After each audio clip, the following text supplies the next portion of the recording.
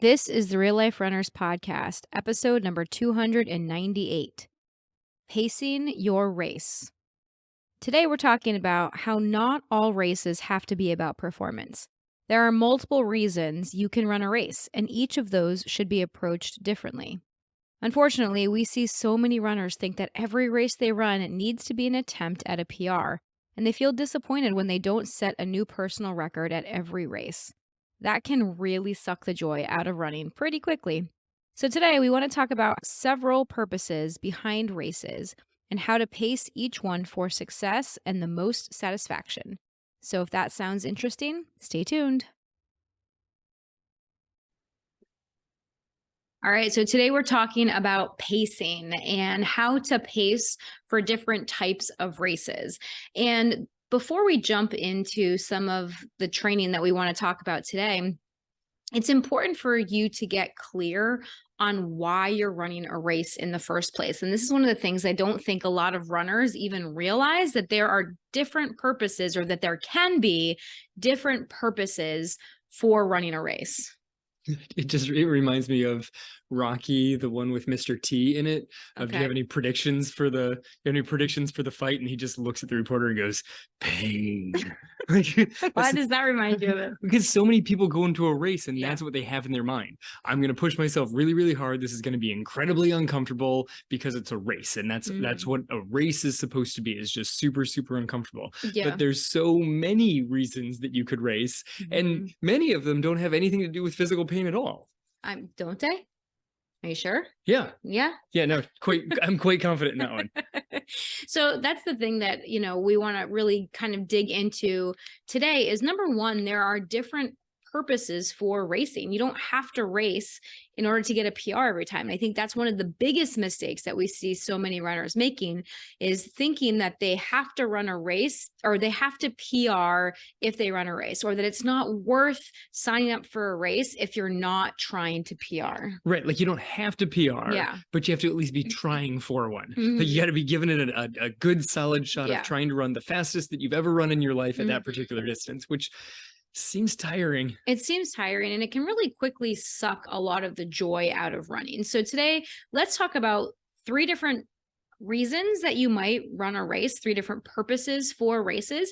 And then we're going to talk about pacing for those different purposes, because that's really the first step, is understanding why you're running a race in the first place. Are you trying to see how you're going to perform? Are you trying to set a personal record? Are you running a race just for fun?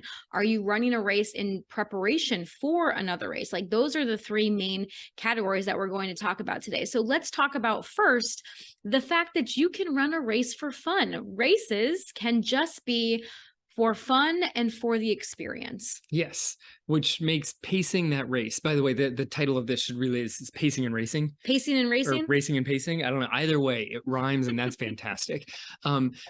But the whole idea that you could run and just enjoy the entire thing start to finish. And if it feels uncomfortable, you could slow down. You could take a walking break and just actually enjoy every bit of the experience. Yeah. For a long time was completely beyond my mental capacity. It was beyond me too, until I did it. And then it was amazing. It was amazing. Yeah.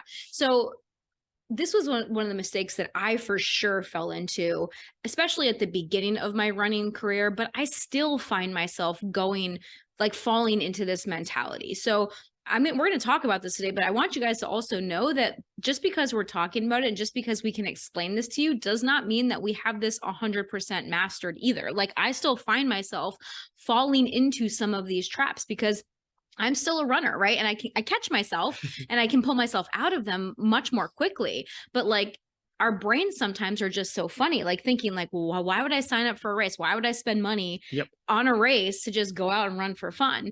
And why would I do that and not try to PR? And I think that this is one of the big things that a lot of runners do, is that they just try to PR at every race. And that just leads to so much disappointment and frustration. So just knowing that races can be just for fun is something that can really lighten the load and lighten the pressure on races, because I think so many people put so much pressure on themselves Yeah, to totally. perform at a race. They're like, well, if I'm putting a bib on my chest or on my stomach, I need to go out there and I need to do my best. I need to give my best and push my hardest. And it doesn't have to be that way. And we are giving you permission, not that you need it, right? Especially not from us, but you have permission to just go out and have a good time and just have fun at a race. Like, you don't have to race every race. You don't have to go out and try to get your best time ever every single race that you run. Just because you have a number on your chest does not mean that you have to go out and push yourself until you feel like you need to, lie down as soon as you cross the finish line. Yeah, every race does not have to be followed by like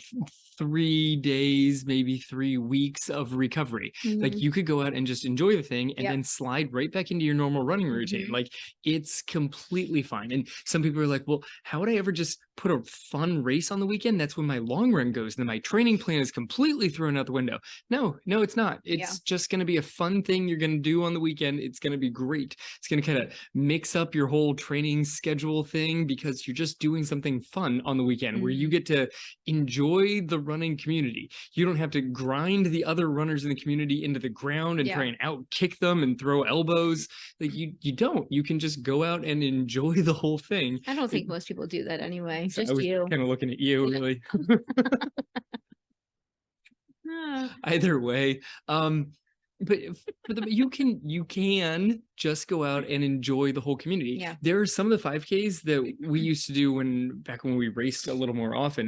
We've kind of gotten out of our racing routine, but there were some races that it didn't matter which one it was. There were a few guys in the local running community. They were at every single race. Mhm. Like, there are a few people that definitely show up at every Yep. single race they possibly can. Unfortunately, one of them used to wear a Speedo. Yeah, and tuck a water bottle into the back of it. That was not a good look. But there are a few guys that if it's in our county, Yeah. like if it's anywhere in the county, they're going to show up at it. Mhm. And that's fun because they have fun with it. And then Right. they're one of the last people leaving the like post-run festivities Mhm. also.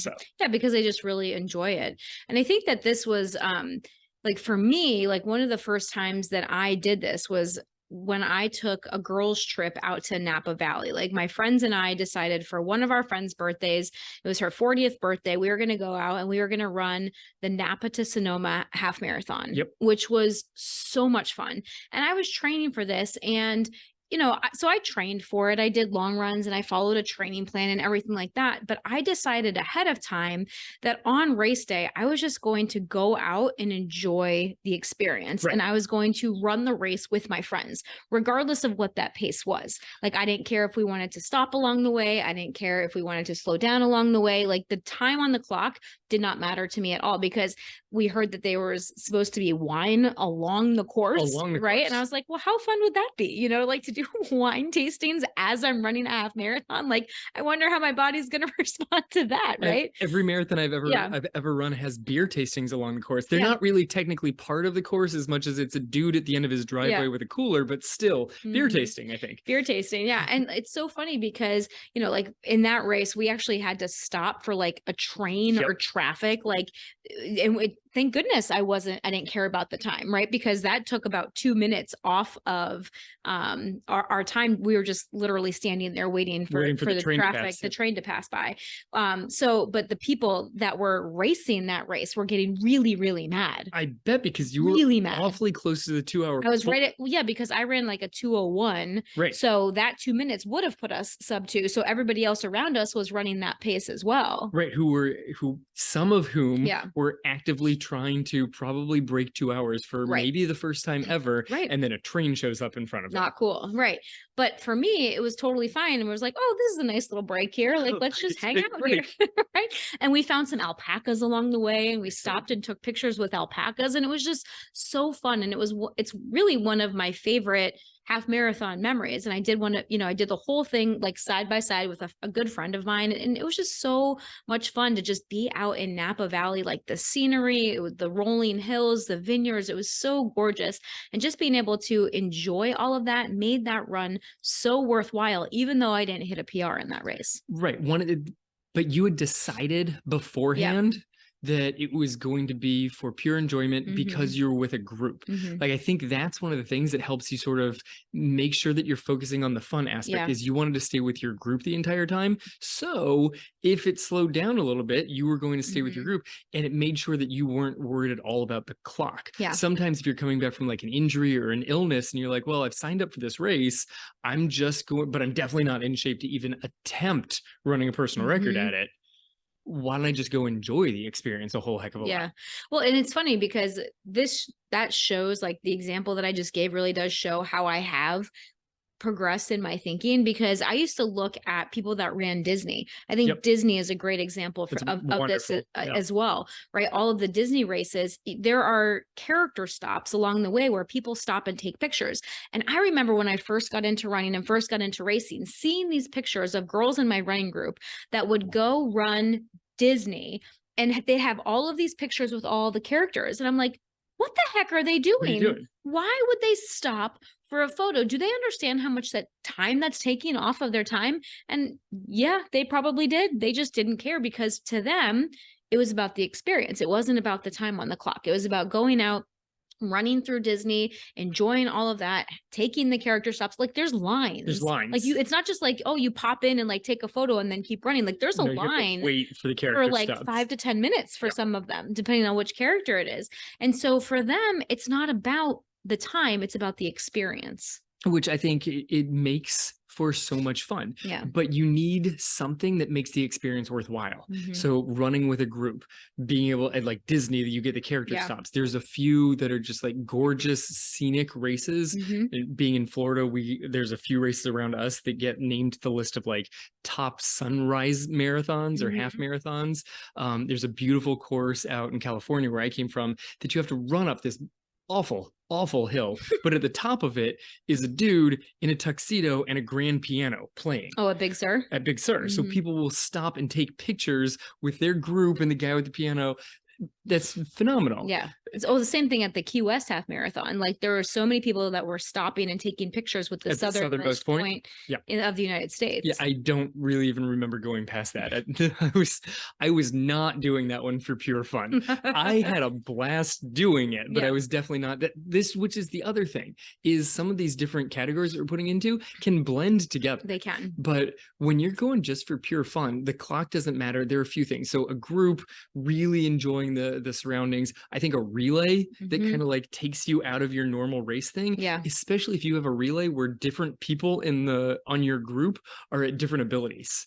Like that can be like, all right, well, I'm going to run as fast as I can, but then I'm handing it off to this person and I have no control over how fast they're going. Or theme races where if you're in a costume, you're going to have more fun. Yeah. So there's lots of reasons that you can just go out and run to have fun or just to enjoy the experience.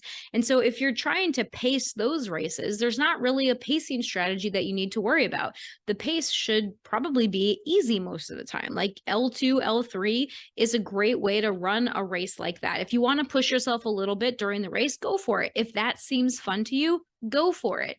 But there's not really like a quote unquote pacing strategy that we would suggest if you're just going out to run for fun. Yeah. I mean, if you're doing a trail race and it's got ups and downs and crazy hills and climbs, and you're like, you know what would be fun?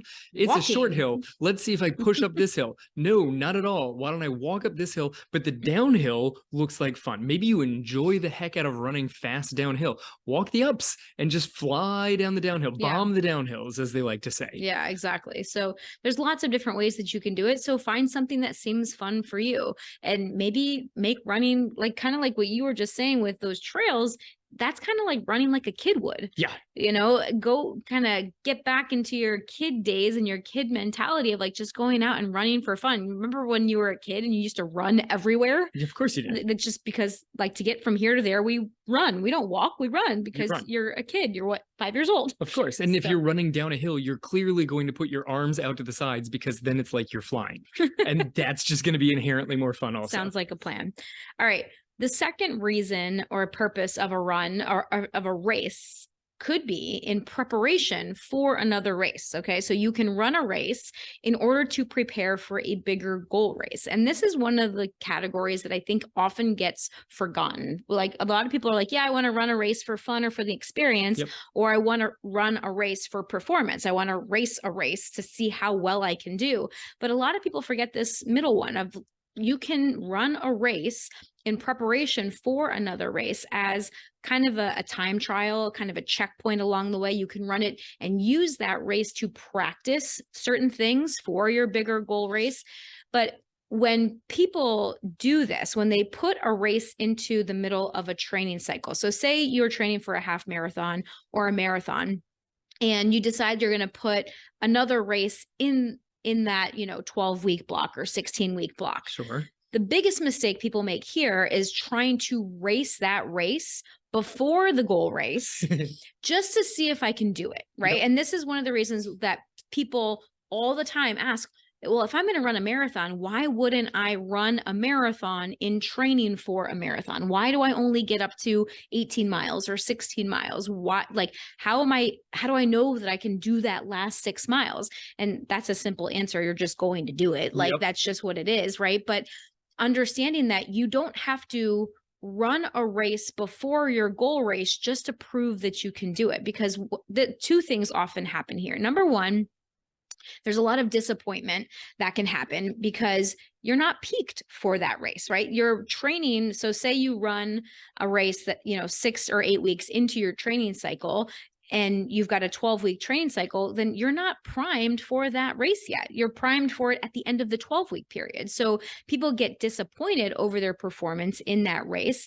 And then that causes them to lose confidence Yep. for the goal race. Yeah. So you're really doing yourself a major disservice. Yeah, you have the preparation race, except you forget that it's a preparation race, Right. and you decide as soon as they shoot off the gun, this is your PR race. Mhm. But you're not prepared for it to be your PR race. Right. Maybe you didn't taper for it. You certainly don't have the final 4 to 6 weeks of training Mhm. that is still building That is up the for often the goal the race. peak weeks. Yes. Yeah. Like you might be just entering the highest mileage, depending on how the plan works. Maybe you've been in high mileage, so your legs are actually really tired going into this prep race. So there's no chance of preparing for it. Maybe you didn't taper at all and it's a longer race. That's just not Mhm. setting you up for PR. It's setting you up to practice some of the things that will come up during race day.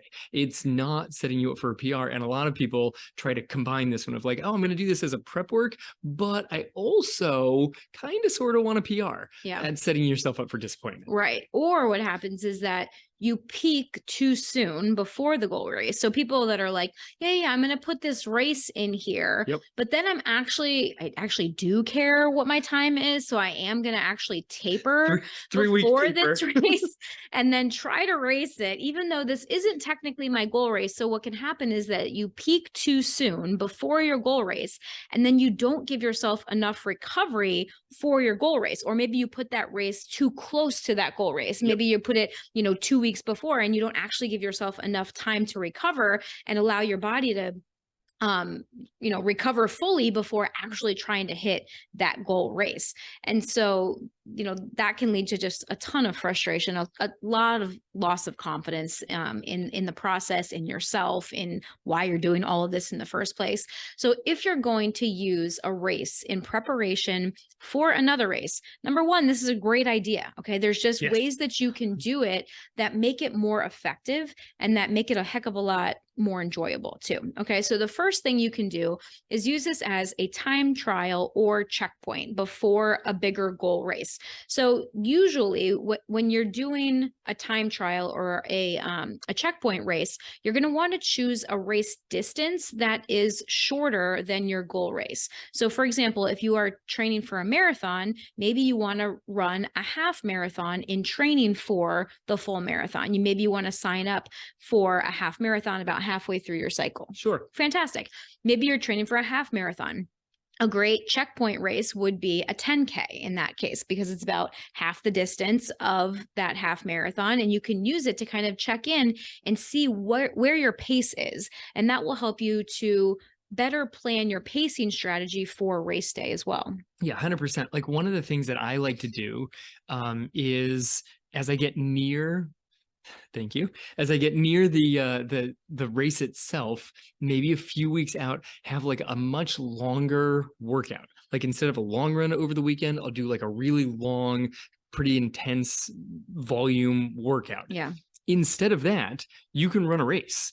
Like instead of the big workout heading into your marathon, you could literally run a half marathon. A half marathon is a great prep for a marathon. A 10K is a great prep for a half marathon. Like they're really good workouts in and of themselves. So if it fits the schedule, then put the race in, especially if you enjoy the aspect of racing. Now, here's the thing. If racing is super stressful for you, adding this race in instead of like a longer workout prep may be a benefit, because you kind of get used to the nerves of race day without the pressure of this being like your goal race. Yeah.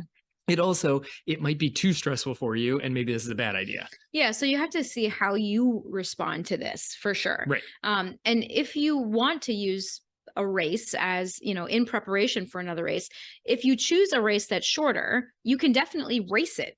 That is part of the goal of this time trial or checkpoint. You go out and you actually race this race. So what we were talking about before, where you don't want to race the race before your goal race, that's if you are doing the same distance of the goal race. Yeah, it's if you're running a half marathon in preparation for a half marathon. Right. You don't want to race a half marathon before your goal half marathon. Right. If you're knocking out a 10K a month out from your half marathon, you are going for it because you have a month to recover. Like you are really pushing this thing. Right. So you want to plan this time trial race about 3 to 6 weeks before your goal race, depending on the recovery needed. Okay. So the longer your race, the more recovery you're going to want, in between this checkpoint race and your goal race. So if you're training for a full marathon and you decide that you're going to race a half in preparation, you want to be more on the 4 to 6 weeks end of it. Whereas if you're doing a 10K in prep for a half marathon, you could probably push it to like 3 weeks. Right. It also depends on what like your overall volume is. Yeah.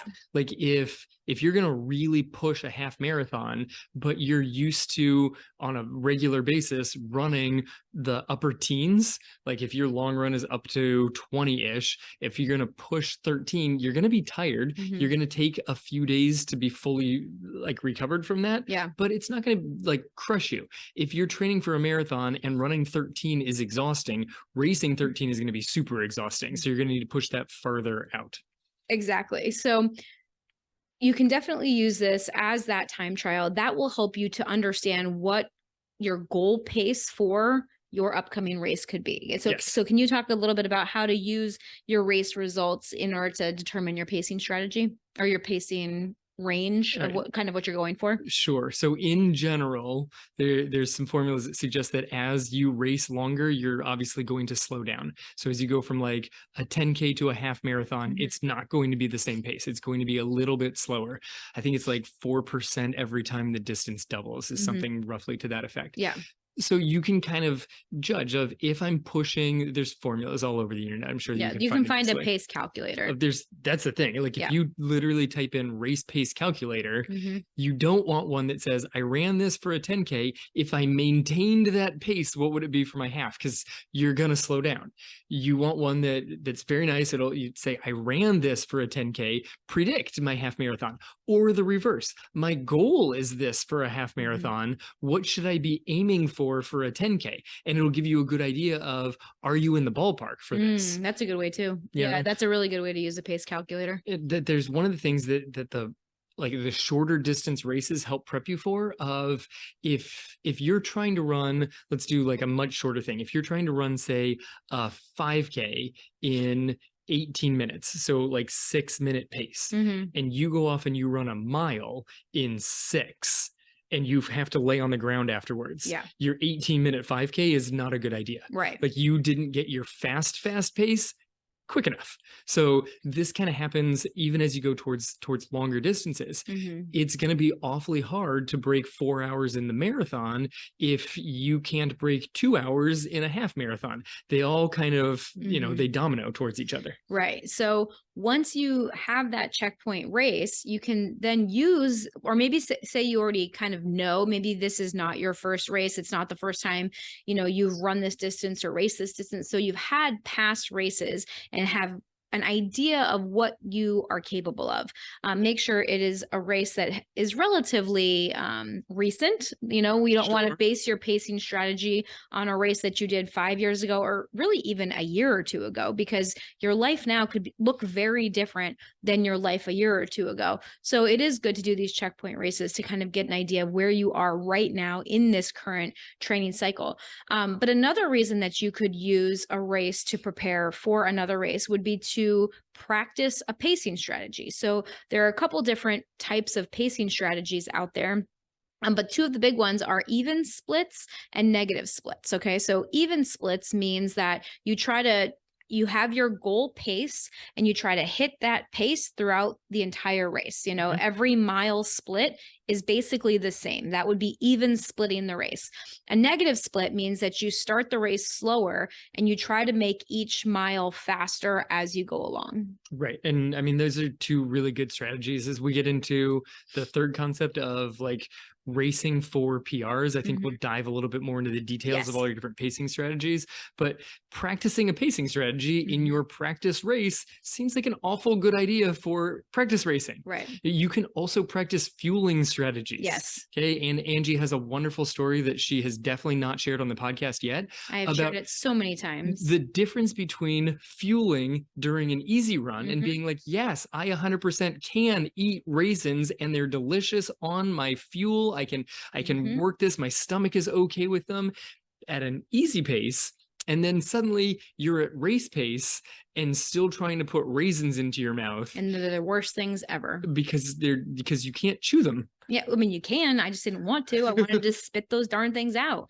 So, being able to practice your fueling strategy while running at a harder pace is a fantastic reason to do a race in preparation for a goal race. You have the raisin issue, and Yeah. which I totally agree with. Like sometimes things that seem kind of chewy out on like an easy run, you're like, I can totally handle this because when you're chewing, you briefly have to breathe through your nose. Mhm. But when you're racing, you're not doing a whole lot of breathing through your nose. You're kind of racing pretty hard.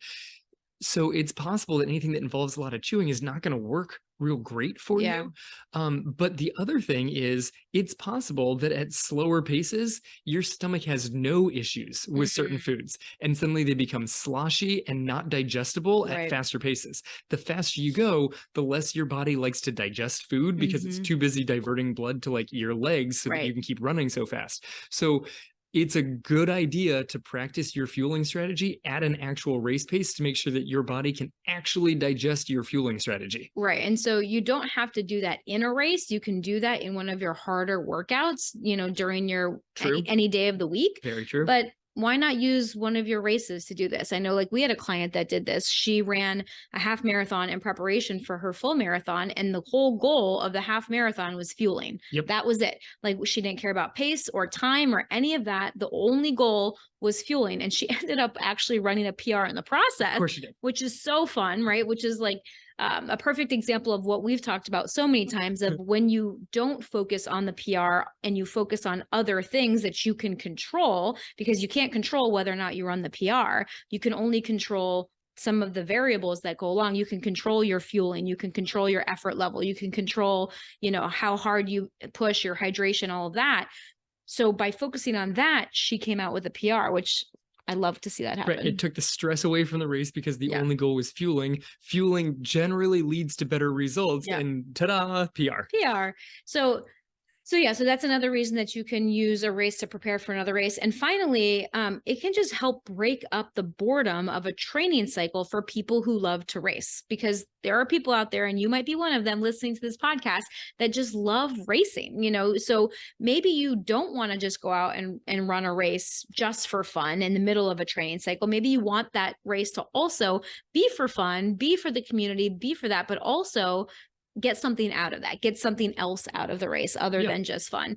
So it can help you to prepare, by using one of these other reasons, and just get you back out into the racing community. And just, actually another thing too, is that if you've never raced before, doing a tune-up race before your goal race can be really helpful as well, because it can expose you to the racing environment, to Yes. understanding like how, how far in advance should I get there? Right. If the Like race is at 8, do I need to parking. get there at 8? No, you do not. You need to get there before 8. Yeah, definitely get there before 8. But like just kind of introduce you to the race environment in a lower pressure situation that's not your goal race, but just can help you feel more comfortable so that when you show up at your goal race, at least you've done it before. Right. Like this kind of reminded me of when the dog was a little puppy, of trying to make sure that it had as much exposure to the environment around it as possible. Yeah. In small doses. Right. Like it wasn't like, oh, you know what we should do is expose it to all of these things for hours and hours at a time. Small little doses of exposure, and the puppy can adapt. If you've never done a race, if you're like, I've done a race, but they've always been small local races, I've never done like a bigger race, you're going to want to make sure that you've got some familiarity with that. Otherwise, there's all sorts of things that can show up on like a big race weekend that you could internalize and treat that as anxiety, stress inducing. Having some familiarity with the process just makes it a much smoother thing. Yeah, absolutely. Unlike the 18-hour car ride that I decided to bring the puppy on before we had really taken her in the car for an hour or more, more than an hour. In theory, exposing the puppy to small doses of things, yes. Well, and we did. Like we brought her. It's not like it was the first time in the car. She had seen the car before. But a lot of times her car rides are like to the groomers and just like the very short car rides around town. Yep. And then all of a sudden we took her to Ohio. Yeah. So that was an adjustment. It was great. Don't do that. It was fun for every person in the car. Yeah, exactly. Really, we all loved it. All right. The next, and then finally, pacing for performance. Okay, so this is where we're going to really talk. Well, should we talk really about pacing? I guess we already kind of addressed, why or how you would pace yourself based on the goal for that tune-up race. Right, because it depends. Like, are you practicing a pacing strategy? Yeah. Are you practicing a fueling strategy? There's a wide variety of different things, and we'll talk in here about the different specifically types of ways to pace a race. But just one last note on that. If you're trying to test out a pacing strategy, or if you're trying to test out a fueling strategy, just choose one. Don't try to do both. Okay. Like we said before, we had that client that her goal was fueling, and then she ended up running a PR, which was fantastic, but that was not the goal. So choose one goal for that tune-up race. Right, because her pace was like, I want to be roughly near this pace, but she wasn't worried about it. She had a ballpark of roughly the pace that she wanted to hold, but the goal was making sure that she was fueling consistently through. Yeah. All right. So now let's talk about pacing for performance, actually racing a race. And the mistake that a lot of runners make here is that they don't have any pacing strategy. They just go out and they're like, I'm just going to push myself as hard as I can for as long as I can. And that leads them to burn out too soon, oftentimes, or maybe they hold themselves back and they don't reach their full potential. Like, and some people can go that way. More often, I would say that they burn out too quickly, and then they don't have enough left in the tank for the end of the race. So those last miles, depending on how long your race is, can be very, very painful, right? But for some runners, they end up going out too conservatively and they don't actually reach their full potential. They probably could go a lot faster, but they went out too conservatively because they didn't really know what they were doing and didn't have a good strategy. So there's a couple different pacing strategies that we want to talk about today. And the first one is called positive splits. Now, positive splits are not a commonly recommended pacing strategy. Right. It is very common for new runners to adopt this pacing strategy because, like I said, they often just go out too hard in the beginning and then they end up getting slower over time. So positive splits means that you go out fast and then your pace slows down, like positive meaning the number gets bigger, the pace gets bigger throughout the course of the race because you didn't do a very good job pacing yourself. Right. So positive splits is different than I want to take out the opening 30 seconds, minute of it, so I can get out of this like big cluster of people and find my spot. Positive splits is I'm going to run as fast as I can until I can't anymore. Yeah. And then your pacing essentially just drops off a cliff. Yeah. And then I'm just going to try to hold on for dear life. Yes. You know, this is how the baseball players run our school 5K, right? Like this is what we see every single year. The baseball players think they're going to beat Mr. Brown. Mr. Brown, I'm going to beat you this year. My goal is just to beat you. And then like some of them like, oh, I'm just going to beat you to the gate. And you're like, okay, like fine. Like if you want to to sprint Awesome. 200 yards to the gate, then go for it. But that's what happens a lot of times, is that you just push too hard. They try to hold on for dear life, and it doesn't usually end up going the way they want. It's also what happens when you tell small kids that you want them to run. Like Yeah. young kids have no concept of pacing because they can't fathom the full distance of the race, Right. which is why positive splits show up a lot with newer runners. They're not sure how tired they're going to be in the third mile of a 5K Right. because they've never experienced racing a 5K. Oof. If you haven't experienced racing a half marathon, you're not sure how tired you're going to be during that final, like the final 5K of the half marathon. So you're not quite sure. Maybe you take it out too fast because you think that you're going to be able to hold on. Maybe you take it out too slow because you're like, no. I get really tired. I got really tired on my long run of 13. If I'm racing it, I don't want to push too fast at the beginning. The more experience you have racing, the less likely you are to positively split the race, unless it's like caused by the course itself. Yes. Like if the course starts pretty strong downhill and finishes pretty strong uphill, you're going to positive split that. Like there's just not a way around that thing. Yeah. So the course has a big, influence on positive splitting. So positive splitting is not a bad thing. It's just not usually the goal for most people. Most people, when they go out, they want to either kind of maintain the same pace throughout the race or get faster as the race goes on. Most people don't go out saying like, I want to take out the race really, really fast in the beginning, and then I'm just going to like get slower over time. That's, a lot of times painful that's and miserable. Well, not only that, but it can be like a confidence killer as well. Like when you are out there racing and you're trying to maintain a certain goal pace and you just see that pace getting slower and slower with every mile, that can be a big confidence killer. Yes. Which pretty much anybody that's run a longer distance race will tell you, especially because the miles just keep coming. And every time you hit another mile mark, it's slower than the one before. It's not and you're like, exciting, like, oh. And then you can feel how tired you are and you like want to pick it up, but you're like, I just don't have it in me. And then there's like this whole internal battle with yourself. It's just, and like I said, positive splits, like it does not always mean something negative. It does not mean anything bad. It can definitely be caused by the course, especially on hilly courses. It's often just caused by really long races, though. It's tough to it's hard. Race a marathon. Right. It's tough to race a half marathon. These are long things, and trying to nail the pacing strategy gets tricky. Right. Okay. The next concept we want to talk about is even splits. Okay. You did a great job of explaining this in the last one. It is theoretically the fastest way to run a race. In theory, you're using the same amount of energy. You never go too big. Like in theory, what's the best way to get good mileage in your car is on a highway, no stops, no starts. You just hit that even pace and just cruise. That's in theory the fastest way to race, especially longer distances. Right. This is just difficult to do, especially when you don't have racing experience, or especially when you don't have experience practicing a certain pace. Because as you get tired, your effort level is naturally going to get higher. So this is not like when we talk about even splits, we're not talking about effort level training. We're talking about the actual pace on your watch.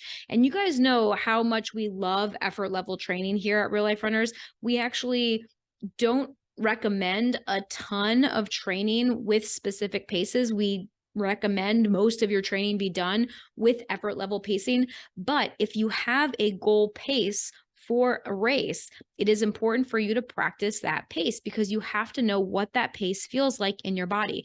You also need to know the difference between that pace when you are fresh at the beginning of the race and that pace towards the end of the race when you are more tired, because just to maintain the same pace is going to feel much harder. So I remember when I was when I ran the Key West half marathon, we went out and this whole day was like a total, storm. Yes. I was trying not to curse here. Just storm. A blank show, right? It was a total blank show because the race actually got pushed back by 2 hours because there was basically a tropical storm outside that came out of nowhere. And the palm trees were sideways. Like the wind was so strong, the palm trees were sideways. It was so crazy. If it wasn't January, it would be a tropical storm. You just can't technically have a tropical storm in January. You can't? No. Why not? Because we're out of season, so it's not formed correctly. So the wind doesn't ever make the circular path. And so it's not actually a tropical storm. Oh, yeah? Yeah. Okay, how about that? So, look, meteorologist Kevin just taught you guys something completely unrelated to running. Like meteorologist Kevin teaches me things all the time. So, anywho, so yes, it was in January, but we went out and my fueling strategy was all off, Oh like, yeah. because I had eaten, I woke up and I ate assuming that the race was going to be on. Then the storm hits, then they postpone the race, then they postpone the race a second time. So it was just all wonky, all crazy. And so I was just like, you know what? I'm just going to go out and I'm going to do my best. I'm going to like essentially abandon whatever my plan was. And I'm Mhm. just going to go out and run. I'm just going to run by effort. Like I was going to try to run a pacing, strategy to run a PR at that race, but I was like, I'm just going to go out and I'm going to run by effort only. Yeah. And I ended up starting off much faster than I expected. And so when I got to mile 10, mile 9, 10, 11, my body was You hurting. were exhausted. I was hurting. And so I was like, just stick with these people. Just make sure that your pace doesn't go above 9 minutes, because I was like at that point holding like an 8:50, 8:55. I'm Sure. like, just don't go above 9, like because I had built in like a buffer because I did go faster in the beginning of the race, which again is not usually recommended, but that's just the way it No, worked out. we'll get to why that might be Yeah, recommended. because it was effort level, not pace Uh-huh. that I was focusing on. But anyway, yes, I don't know where I was going with this, but in theory, holding that even pace throughout the race is, ideal. I mean, one of the top US men's marathoners, Jared Ward, has done like graduate research Yeah. on this. Like he's got I think he has a PhD at this point in time, but he's done a ton of research. And at the last US Olympic trials, his opening half marathon and his second half of the half marathon were within 1 second of each other. Like Oh, right. that's how spot on it is. That's how much he believes in it. So we're going to talk about that in a little bit here. Yeah, there are other times where even splits might not be the most ideal thing. Negative splits we've talked about, okay? Negative splits are tricky, especially if you don't have a lot of experience in racing, because people get you so excited at the start of races. There's like a DJ there, they're screaming into a microphone, who's excited for the race? You're all pumped up, your heart rate gets elevated, and then they shoot off a gun, and you might take that opening mile a little faster than you would if someone just calmly walked up to you and said, you're going to run for the next 2 hours. Start. Like that would be a very different pace than the music going and everybody cheering and a gun goes off and people start flying. It's either way, it's a half marathon, but one of them you're excited and you take off really, really fast. So the negative split, you have to counter all of that. You have to have all of this patience at the beginning to be like, I'm going to take it out extra slow, and it's okay that people are pulling away from me, and it's okay that I'm slower than the goal pace that I'm aiming for. Right. So if people pulling away from you and your watch beeping at you that you're off of pace is going to cause a huge amount of stress to you, now that's wasted energy on mental stress. So negative splitting is something that you've got to practice repeatedly so that you can get comfortable with taking it out easy and have that confidence that you'll be able to come back and charge strong towards the end of the race. Right. So the whole point of negative splits and like starting off the race slower than your goal pace is to help conserve energy so that you have more left towards the middle and the end of the race, because the whole concept of negative splitting is starting out slower and then gradually getting faster as the race progresses. And in order to do that, like that beginning chunk of the race helps you to just kind of like conserve and then really push harder towards the end. Right. And part of this is just such an awareness of like, how excited do you want to be for the race? And I think this was one of a myriad of things that I got wrong when trying to race 100 miles. I think that I was too excited at the start. And I'll be honest, I was doing my best to try to stay calm, but there's some excitement to the start of it. I'm pretty sure that opening mile was a good minute and a half faster than the goal pace for the opening mile. And that it's just one of the things that happen. It's going to be okay.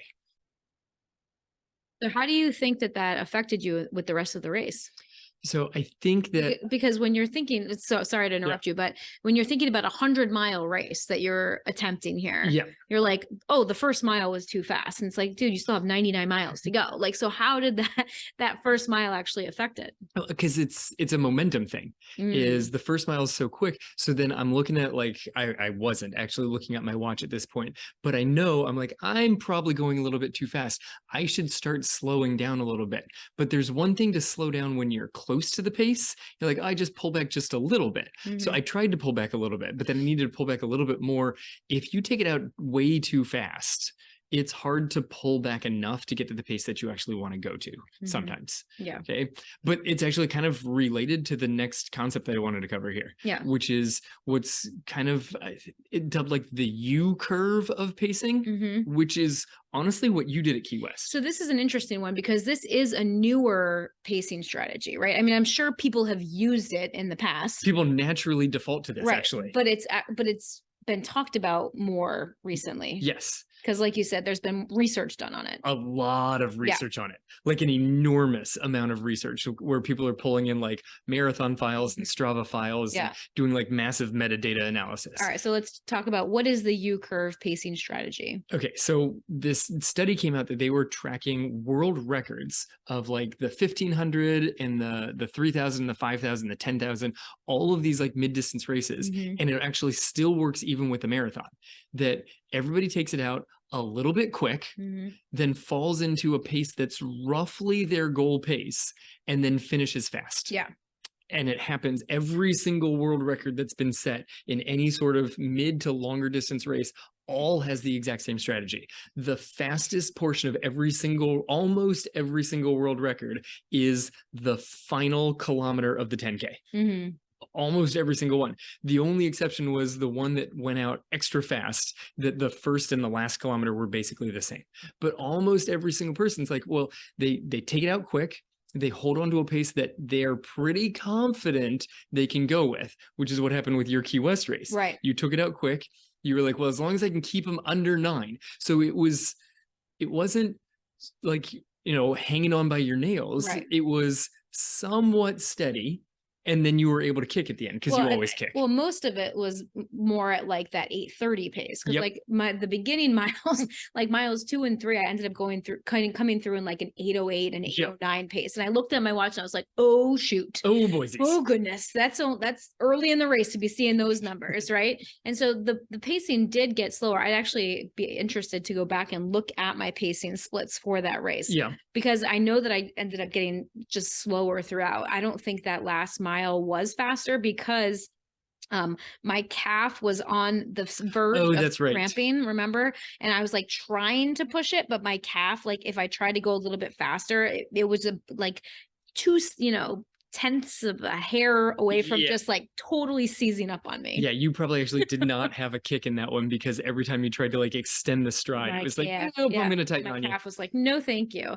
So yeah, so that's the goal is like, this is actually, so is this actually the goal that people use, the strategy that people use now because of all of this research that has been done on it? Yeah, I think that this one it's remarkably close to even splitting. Yeah. Like even splitting in theory, you see the finish line and you're like, I mean, I should sprint because I'll get there faster, but I've got my even pace. That's not what anybody does. No. When you see the finish line, everybody's got a kick. Right. And you're like, there's no way I'm going to kick. I'm exhausted. You're at the back end of the marathon. You've got like, the quarter mile to go or the 10th of a mile in a half marathon. And you're like, there's no way I could go faster than this. And you come around the turn and you see the finish line and suddenly you're going faster. Yep. Some people are going. You can always find another gear. Right. Some people are going way faster, but everybody's got a little bit more because if you're chasing the clock, 1 second is still 1 more second faster. So everybody's going to have that little bit extra that if you ask that person, can you pick up the pace a mile ago?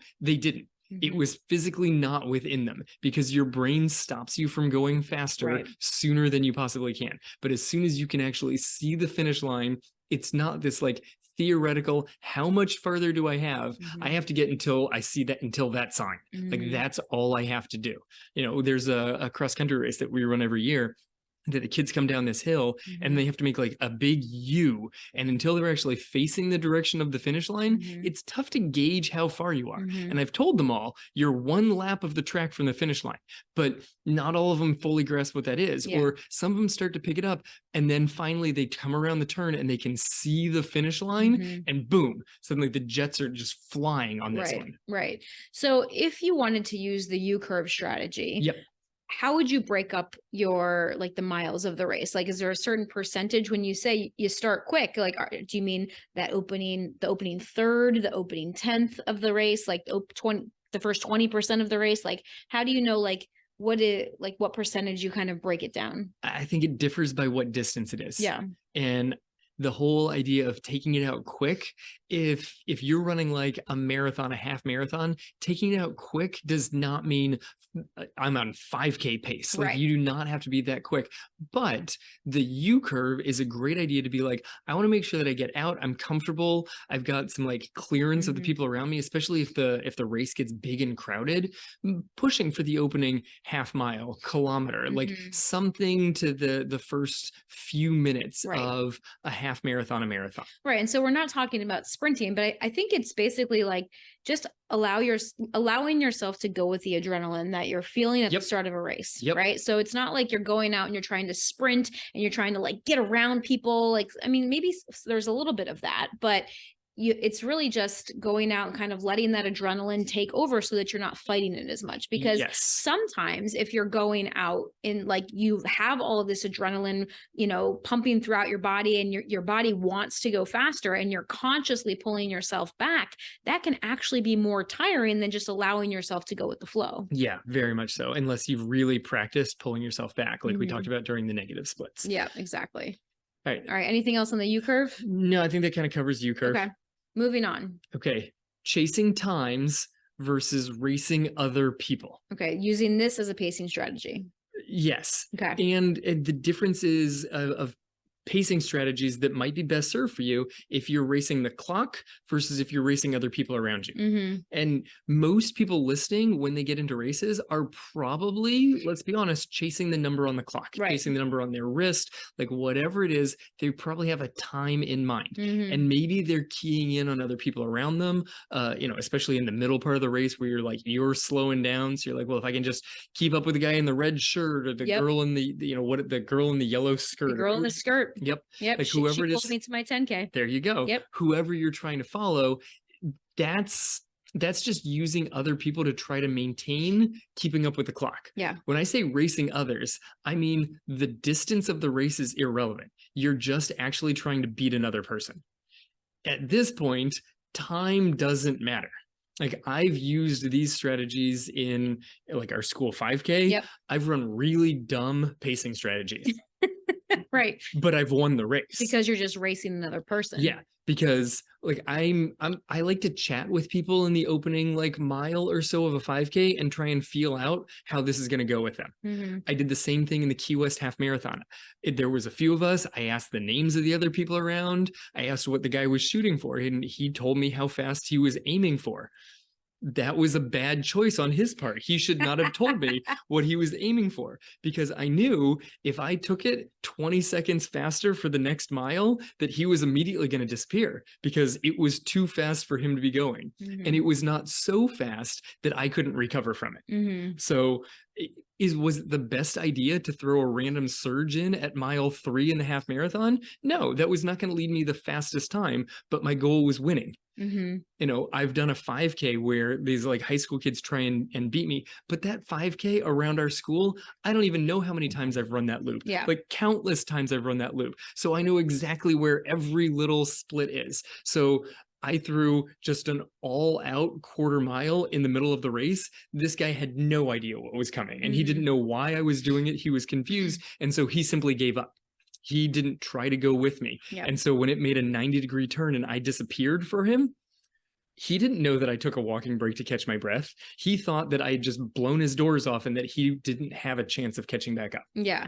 And I think this is a very interesting way to run a race that most recreational runners have not really thought about. Yep. Because we talk all the time about how wonderful the running community is and how supportive it is and how we're all there just encouraging other people and running this race. And, you know, there are other people around you, especially in longer races. Yep. You kind of get to know them sometimes. Like you talk to them a little bit, you encourage them along, they start walking, you're like, come on, let's go do this together. And that's such a beautiful thing about the running community. So a lot of recreational runners, I don't think, have experienced racing like this. And so what is the benefit? So you obviously, okay, hold on. So your goal when you enter a race many times is to try to win the race. Yes. Right. Like, and so for most of us that have no chance of winning a race, why would we use this pacing strategy? I ask you that question. Yeah. Like that. No, I turn the question back to you is I'm not entirely sure what the benefit of this is outside of pure fun. Okay. So let's just talk about this for people. Let's address people that are actually trying to win the race, because we do have some of those. Like we have some people in our training academy that like do go out and try to win local races, right? Or even winning an age group, I think too. I think this is another good strategy to use if you're trying to get on the podium. There are a lot of people that go out and run their local races and they love, you know, getting on the podium for local races.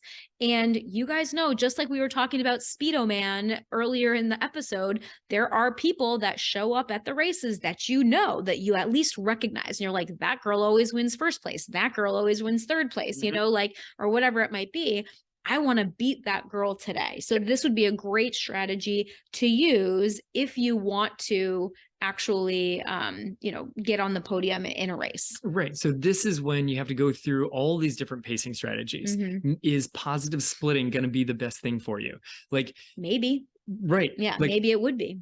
I could positive split a 5K and probably beat a lot of people, even if they could outrace me in a 5K, because a lot of people, if they're training for a 5K, don't have the volume of training that I have. Yeah. Like my mileage per week is higher than a lot of other recreational runners in the area that are training to run a 5K every month. They're going to race a 5K.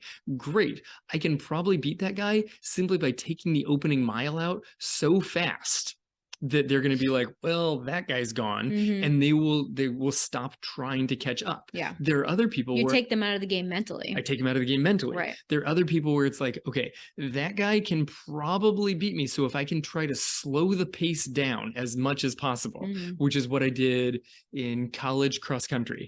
There was another guy, we were both seniors running intramural cross country, also training for the Chicago Marathon. And in the last race of the like cross country series, at one point I got in front of him and slowed the pace down so much that the two of us were just jogging, because he would just let me just control the pace the entire time. He knew he had a better kick than I did.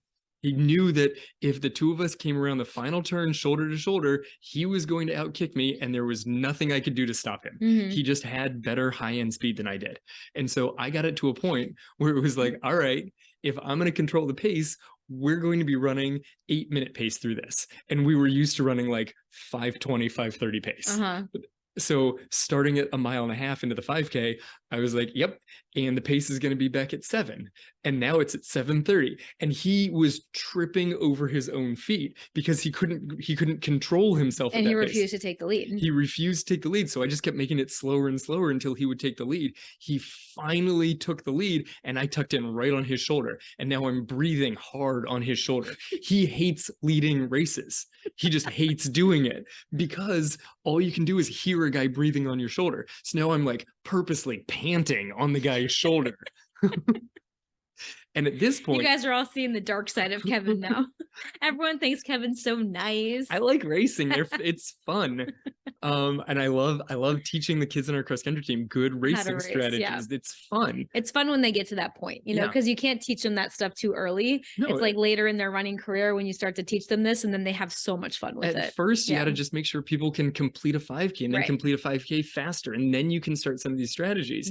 But when you're in second place, You're the person who gets to decide when you're making the move.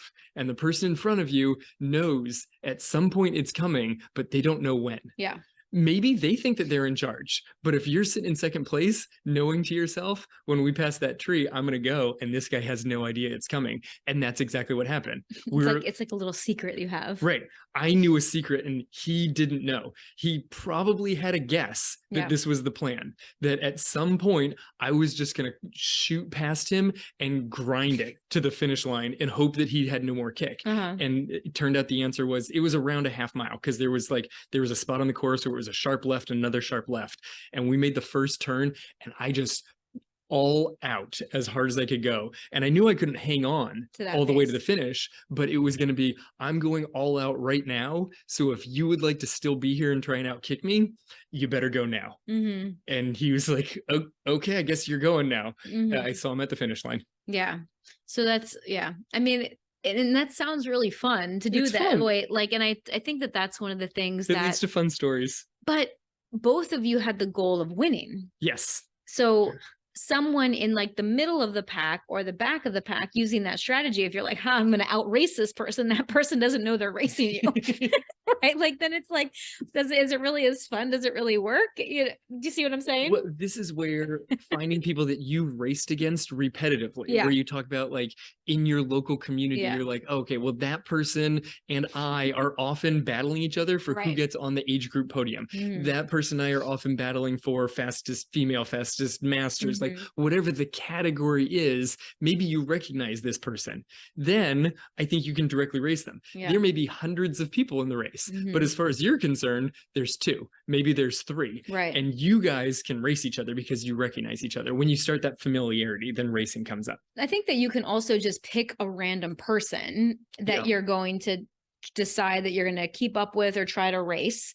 And then you can kind of see how people react in the race also, right? Because there are definitely, like, especially as a girl, like when you pass a guys don't always like that. Like some guys don't care, right? But then there's always those guys that like want to keep up with you, or you pass them and now it's their job to then pass you right back. Of course. Right. They don't want to let you too far ahead of them. So someone like that might be, now you know you're racing that person. Right. Then if you can kind of find those people. If you pass a guy and he's immediately back up on your shoulder, now you're in a race with that person. Or like, say he passes me, then I can kind of tuck behind him and do the thing that you were talking about, and then try to beat him at the end. It's fun to play, and it doesn't always work out. Right. Sometimes you lose the races. Like there were 3 cross-country races, and I did not win all the cross-country races, but I learned about this guy in the first race, and I employed the strategy in the third one. I can't remember how the second one went. I think he may have won the first 2, and then I got him on the third one. But you learn some things, and you just have a blast doing it. Like this is the other thing, is it takes the racing for competition, the racing for PR, and connects it back to the first strategy. It can still be fun. Racing can still be fun if you win the race, if you lose the race, if you get out kicked at the race, if you hit the PR, if you don't, because you're trying new things, and racing itself can just be a fun experience. Yeah, I think that's it, is really just tapping into that competitive spirit. Yeah. Because you don't have to be racing the clock every single time. And I think that we as recreational runners get so bogged down in those numbers, in the clock, in not being as fast as we were a year ago or whatever it might be, that going in with a fresh perspective might bring some more fun and more joy into the running or the racing experience. Yeah. I mean, you love tapping into curiosity. Yeah. Nothing is quite as curious as, what if I race this person that I've never seen before in my life? I don't know. I have no idea how fast that person is. So it makes it interesting. Right. And then maybe in the middle of that race, that person kind of falls off and you're like, okay, that person's gone. Let me pick a new person to race. Exactly. Right. So it doesn't have to always be the same person that you're racing. You can pick and choose different people throughout the race to just become your secret competitors. Yeah. There's a lot of different pacing strategies, and they can be fun to try different things and see what you like. You know, it also connects back to the practice races. Try these different strategies. Which one feels the most comfortable? And just because something feels comfortable when you race a 5K doing it does not mean that's the same strategy that's going to feel most comfortable doing a half marathon. Totally. Well, and I think that this also does not take away from that spirit of the running community, like we were talking about, how we all support each other. Because one of my favorite things to see when I watch elite races, when I watch the professionals race, or when I watch the Olympics, is these guys and girls are racing all out. Like they all want that gold medal. And at the end, they congratulate each other. They hug each They're other, usually right? Like sweatily hugging at the they're end. right. They're genuinely happy for the other person. Like they might be disappointed in themselves, they might be disappointed in their performance, but oftentimes they are genuinely happy for that other person, especially if it's, someone from the same country. Yeah, of course. They can all celebrate each other. So we can be competitive with each other. We can pick these people to race so that we're not always racing the clock, and still be happy for them at the end also, because who knows, maybe you pull them to a PR. Yep. Like I know I've had friends like that where my goal has been like just to keep up with my friends. And then it became, okay, well, what if I could actually beat this person? And it's caused me to end up running a PR race. Yep. Because, and it's not because I want to be better than them or anything like that. It's just like, okay, like it's just one more thing, one more strategy you can use to help push yourself to a level that you might not get to otherwise. Yeah, no, I mean, that's a great way to push yourself. Yeah. All right, you guys. So that's what we have for you today. So we hope that you found this episode helpful, and we would love to know what pacing strategy you are using in your next race. Okay. So head over to Real Life Runners on Instagram and send me a DM and let me know what pacing strategy you plan on using for your next race, because I would love to chat with you there and get to know you a little bit better. And if you're interested in our coaching program, we have a coaching Q&A coming up this week. So again, just head over to Real Life Runners or head over to Instagram at Real Life Runners and send me a DM, and I will send you the information if you want to jump on a call with us. So as always, thank you so much for listening. Thank you for sharing the show. Thank you to all of you that have written us a review or left a rating on iTunes or a star rating on Spotify. We really appreciate it, and that helps us to reach new people every week and spread the running love. This has been the Real Life Runners podcast, episode number 209.